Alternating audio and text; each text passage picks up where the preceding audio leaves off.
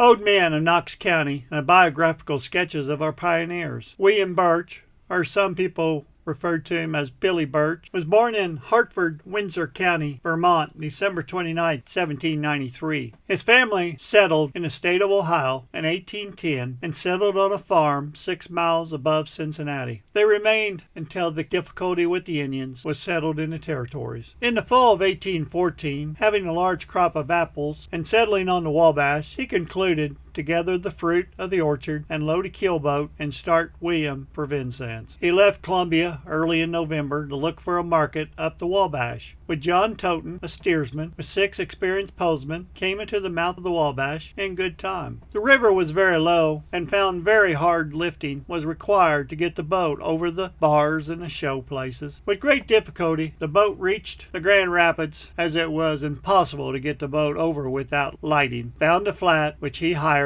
and took out the load and got the freight above the rapids, then lifted and pulled the keel over after 4.5 days of hard work. Arrived at Vincennes December 11th. The next day the river was full of ice. Now the sweat came. The hands had to be paid off, and $150 required more than was on hand. Was told that Mr. Christian Grader had plenty of cash here in Vincennes. Mr. Burtch went to him, stated his situation. He said, "Yes, by Jiminy, I will let you have the money." Paid the hands off in silver, and you may well say they had a frolic that night, and then left for Louisville on the morning of 3rd of December. Mr. Burtch then rented the old courthouse on the corner of Button and 4th Streets to store the cargo in, where he found good sales and paid off Mr. Grader in 5 days, and found him a good friend as long as he lived. He found the citizens pleasant and business good and money plenty here in Vincennes. Mr. Burtch purchased a house in exchange for the keelboat on the corner of 1st and Barnett Street for the family to move into. When they arrived in the spring, as it was thought advisable not to move to Fort Harrison until the Indians became more peaceful, on the 15th of January he purchased a pony and moved the balance of the fruit on hand to a house on 1st Street, left Mr. Fairbanks to attend the sales, and started for Cincinnati through the wilderness in company with Mr. Wilkerson. Arrived in Cincinnati in due time and went to work to dispose of 600 bushels of barley and other crops. When ready to move to Vincennes, purchased a flatboat for the stock and the keelboat for the family goods. Family left Columbia early in March and landed them at the mouth of Pigeon Creek near Evansville, when only a cabin was in sight. Mr. Burtch's brother Charles came across with the stock, and the keel was taken up the Wabash to Vincennes. About the 1st of April, purchased 115 acres of land in the lower prairie, which he planted in corn. Mr. Burtch entered the store as clerk at $16 per month and board himself. Mr. Blackman sold his goods to Mr. Pearson, who moved them to Paoli in Orange County, a new place just starting. Mr. Burtch hired as clerk and acted as salesman for Mr. Pearson until fall, when he returned to Vincennes and purchased a grocery and bakery from Mr. Hall on the corner of St. Peter's, now Broadway, and at 2nd Streets. In the spring of 1819, purchased a lot on the corner of 2nd and Bustard Streets and built a house for business. Before it was finished, he concluded to make it a dwelling of it. In 1821, he built a storeroom on Main Street near the corner of 2nd.